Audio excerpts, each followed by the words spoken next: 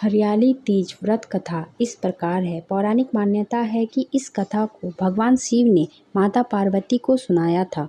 माता पार्वती भगवान शंकर से ही अपने पति के रूप में पाना चाहती थी और इसके लिए वह कठोर तप करने लगी। माँ पार्वती ने कई वर्षों तक निराहार और निर्जला व्रत किया। एक दिन महर्षि नारद आए और पार्वती के अपने पिता के घर पहुँचे और कहा, आपकी बेटी पार्वती के तप से प्रसन्न होकर भगवान विष्णु उनसे विवाह करना चाहते हैं।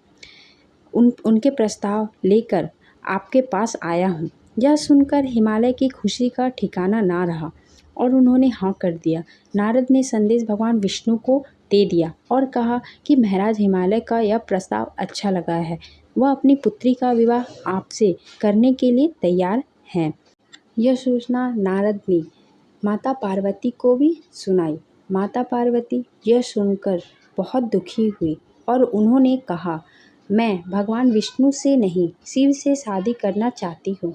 उन्होंने अपनी सखियों से कहा कि अपने घर से दूर जाना चाहती हूँ और वहाँ जाकर तप करना चाहती हूँ। इस पर उनकी सखियों ने महाराज हिमालय की नज़रों से बचाकर पार्वती को जंगल में एक गुफा में छोड़ दिया, जहाँ उन्होंने कठोर तप किया।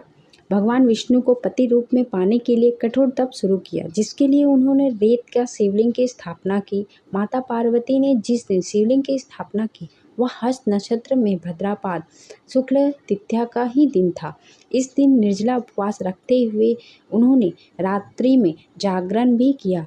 माता पार्वती की कठोर तपस्या को देखकर भगवान शिव प्रसन्न हुए और उन्होंने माता पार्वती को मनोकामना पूर्ण होने का वरदान दिया। अगले दिन अपनी सखियों के साथ माता पार्वती ने व्रत का पालन किया और समस्त पूजन सामग्री को नदी में प्रवाहित कर दिया। उधर माता पार्वती के पिता भगवान विष्णु को अपनी बेटी से विवाह करने का वचन दे चुके थे और परेशान थे। वह पार्वती को ढूंढते हुए उसी गुफा में पहुंच गए। यहाँ माता पार्वती ने ऐसा करने की पूरी वजह बताई और कहा कि भगवान शिव से ही उन्हें वरदान दिया है। इस पर महाराज हिमालय ने भगवान विष्णु से माफ़ी मांगी और कहा, मेरी पुत्री को भगवान शिव से विवाह करने की इच्छा है। इसके बाद शंकर और माता पार्वती का विवाह हुआ था।